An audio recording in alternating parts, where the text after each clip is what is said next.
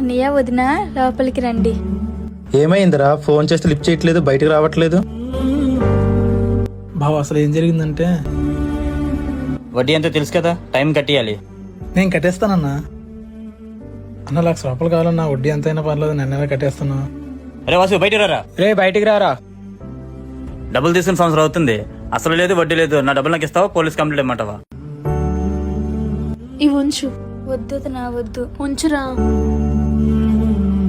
ఏం బావ ఏం మాట్లాడుకుంటూ వెళ్ళిపోతున్నావు? ఏం మాట్లాడుతాను బావా? నువ్వే కాదు, చాలా మంది నీలాగే గొప్పలకు పోయి అప్పులు చేస్తున్నారు.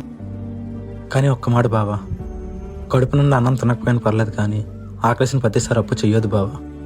ఎందుకంటే ఆకలి తీరినంత తేలిక అప్పు తీరదు బావా.